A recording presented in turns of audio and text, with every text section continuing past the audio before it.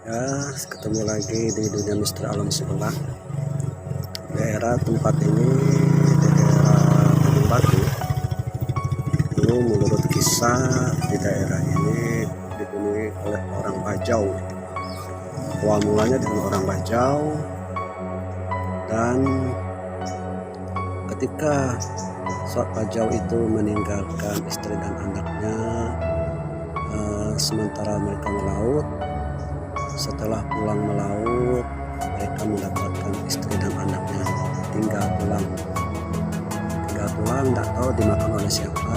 Dan dulu daerah sungai sini pernah ditemukan peti dan isinya kecil. Ini kayu,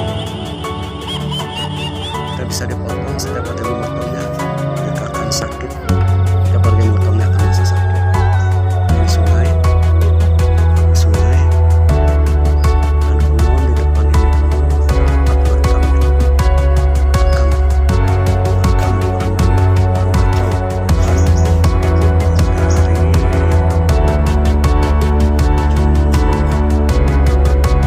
informasi yang jelas. Setiap mereka melaut meninggalkan istrinya,